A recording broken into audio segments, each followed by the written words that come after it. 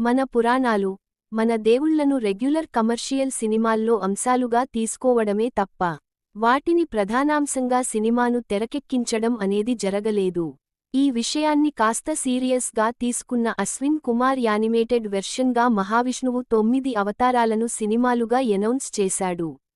అందులో వచ్చిన మొదటి చిత్రమే మహావతార్ నరసింహ. ఇండియన్ యానిమేషన్లో ఇది తొలి అధ్యాయంగా చెప్పుకోవచ్చు.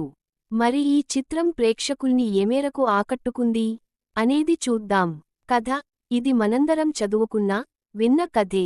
దేవుడ్ని సైతం శాసించాలనే ధ్యేయంతో హిరణ్యకశిపుడు మహాతపస్సు చేసి, బ్రహ్మదేవుడిని ప్రసన్న చేసుకుని మనిషి కాని, మృగం కాని, ఇంటి బయట కాని, లోపల కాని, నేల మీద కాని, ఆకాశంలో కాని తనకు మరణం రాదనే వరం అందుకున్నాడు.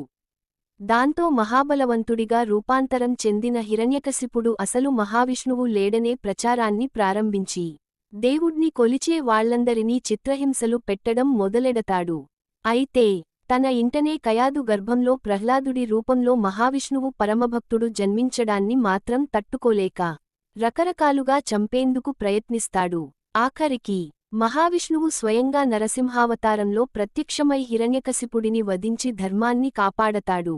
నటీనటుల పనితీరు: ఇది యానిమేషన్ సినిమా. తెరపై కనిపించేవారందరూ సీజీఐతో